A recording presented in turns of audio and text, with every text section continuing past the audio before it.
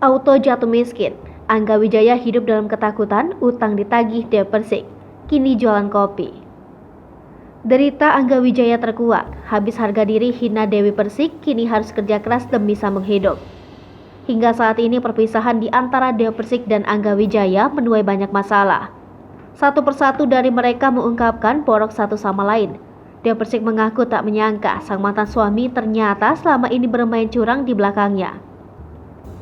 Bukti transfer bodong yang dilakukan Angga Wijaya pun diungkap. Meski sudah dikhianati Angga Wijaya, Dewi Persik ikhlas menerima takdirnya. Kini, Angga Wijaya siap menjalani kehidupannya dengan orang baru. Beda dengan Dewi Persik yang sudah siap hidup sendiri, Angga Wijaya malah sibuk berjuang untuk hidup. Mulai dari nol, Angga Wijaya kini mulai menata hidup barunya lagi. Angga Wijaya juga harus makan hati, utangnya ditagih Dewi Persik. Dewi Persik mengaku telah menagih hutang dari Angga Wijaya. Sayangnya kepada wanita yang akrab disapa DP ini mengaku kalau uangnya sudah ludes. Dewi Persik juga telah meminta itikat baik dari Angga Wijaya untuk mengembalikan uang keuntungannya itu. Kini, Angga Wijaya menyambung hidupnya dengan cara berbisnis. Ia baru saja membuka kedai kopi sederhana. Lanjut, Angga Wijaya juga mengikuti casting film horor.